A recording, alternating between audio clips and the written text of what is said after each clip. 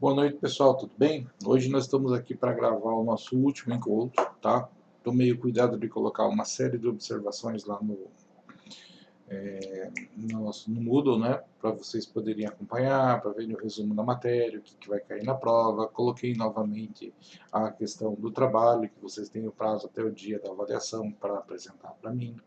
E hoje a gente tem que fechar o nosso conversa sobre o processo do trabalho, lembrando sempre que o processo do trabalho ele é uma coisa que está vinculada ao processo civil, ele tem suas especificidades, mas ele segue a regra geral do processo civil, e por conta disso ele é bem tranquilo. Vocês vão ter que fazer um estudo aprofundado do processo civil e a gente tratou apenas das peculiaridades, do que ele tem de diferente. Claro que vocês têm condições plenas de trabalhar num processo do trabalho, mas a visão processual de vocês vai aumentar muito com o estudo de processo civil. Logo, cabe a aula de hoje, pessoal, a gente falar um pouquinho da defesa do executado. Tá? Então, a gente falou do processo, falou dos recursos cabíveis, tratamos dos recursos especificamente, tratamos de todo o procedimento, da fase de instrução, né? E é possível que a gente chegue na fase de execução e a gente não esteja satisfeito com ela por algum motivo. Tá? Então, neste momento, cabe a gente falar um pouquinho com relação à defesa do executado no processo civil. Tá? Então, como é que no processo do trabalho, desculpe, né? Como é que o executado se defende no processo do trabalho? A gente viu que não existem decisões, previsão de recurso de decisão interlocutória no processo do trabalho. Então, a gente precisa, em algum momento, que exista essa defesa. Então, como que a gente faz a defesa do executado no processo do trabalho? É isso que a gente vai tratar na aula de hoje. Tema bastante objetivo, bastante pontual, muito tranquilo da gente falar, tá? Peço para que vocês acompanhem o que está lá no Moodle e troquem uma ideia comigo, que eu estou sempre à disposição de vocês para tirar qualquer dúvida que vocês possam ter a respeito do assunto. Tá? Então, primeiro, os embargos são uma ação autônoma. Tá? E quando chega lá, quando o sujeito é citado da execução, começa a correr um prazo para ele para apresentar os embargos. É tão simples assim? Não necessariamente. É uma ação autônoma e que para apresentação ela tem que ser vinculada à existência de uma garantia. Então o juízo tem que ser garantido. Uma vez que o juízo está garantido, daí abre o prazo de 5 dias para apresentação dos embargos. O que são os embargos? É uma ação autônoma. Né? Então, aquela pessoa que não está satisfeita, por exemplo, com a liquidação do processo de execução, ela ajuiza uma ação, faz uma petição inicial. Essa petição inicial vai preencher todos os requisitos de uma petição inicial normal, ou seja, os requisitos do artigo 319 do Código de Processo Civil, e dá início ao processo novo.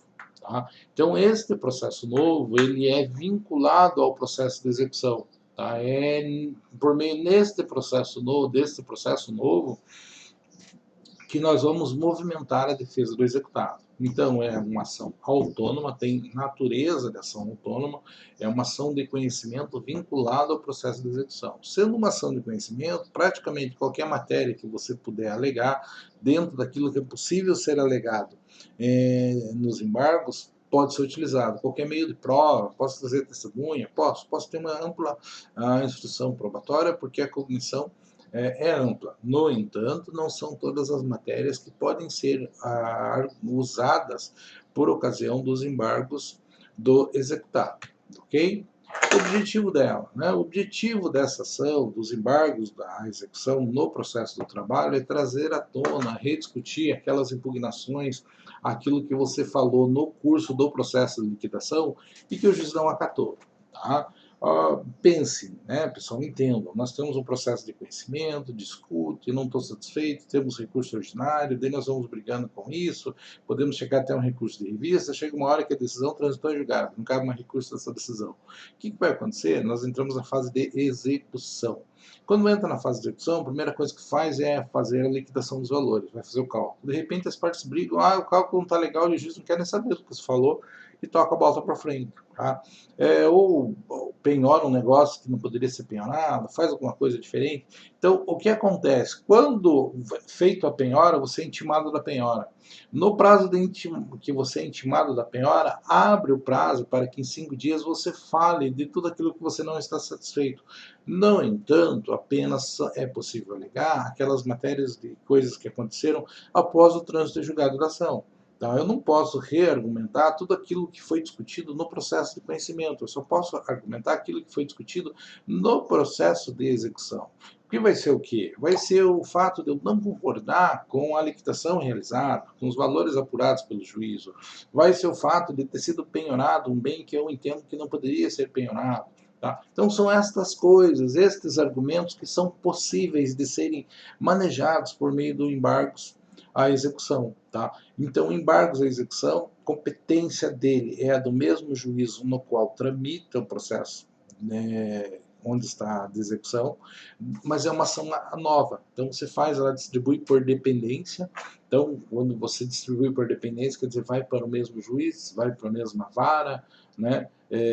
Assim, justificando apenas para vocês entenderem o que é dependência, eu acredito que vocês saibam, mas não tenho certeza. Tá?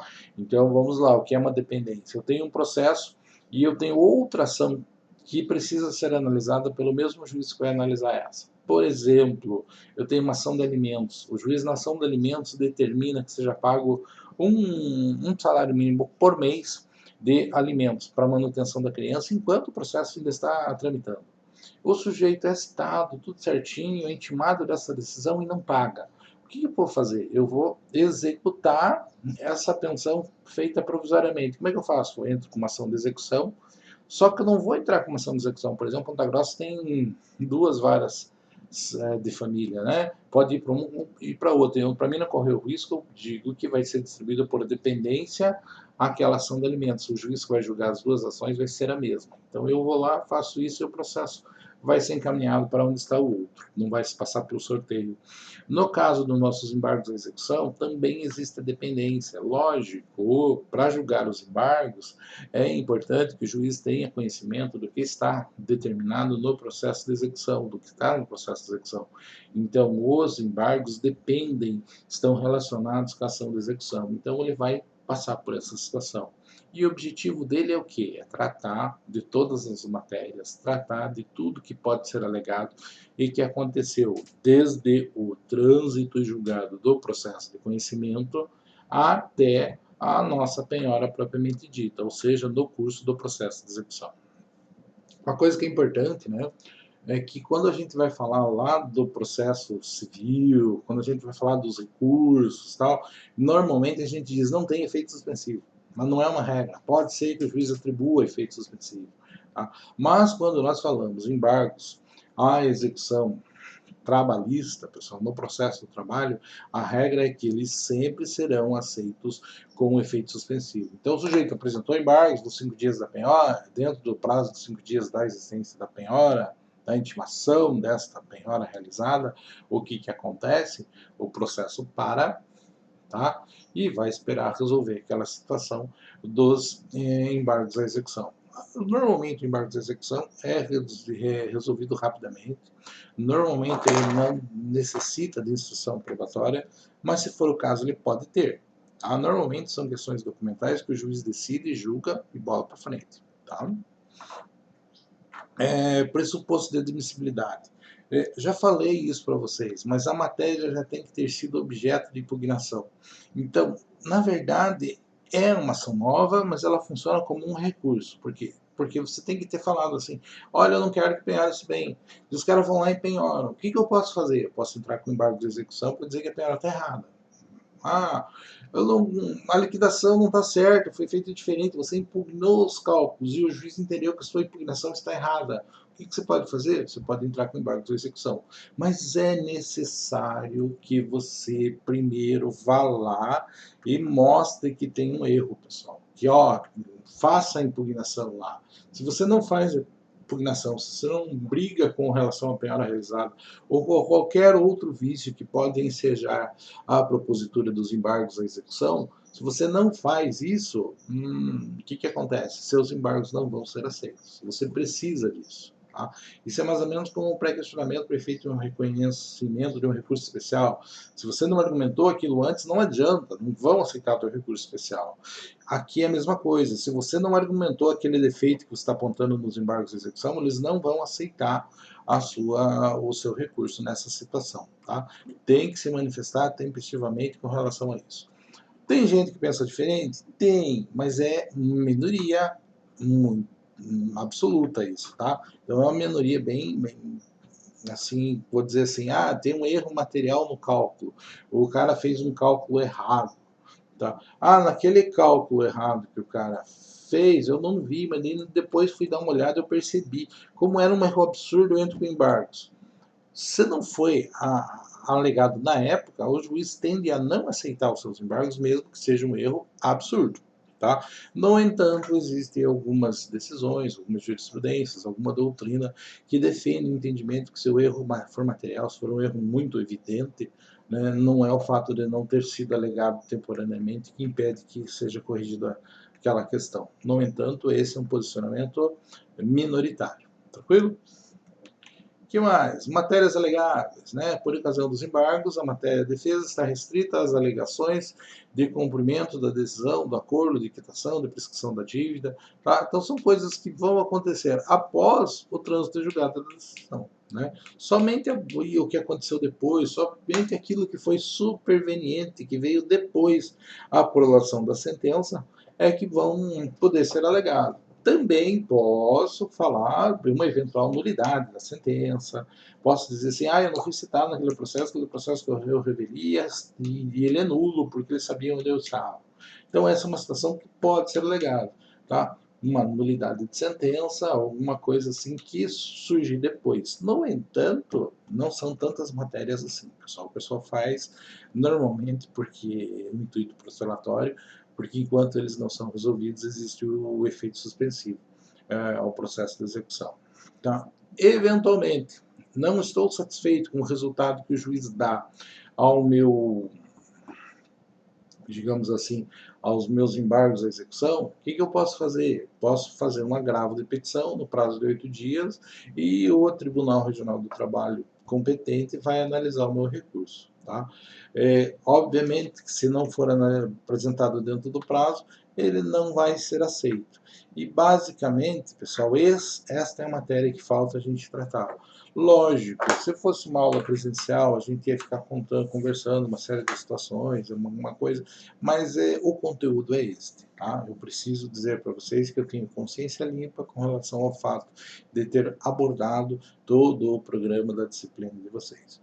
No entanto, eu sei que estamos numa situação bastante diferente, onde para mim é muito fácil chegar aqui e falar na frente do computador, né?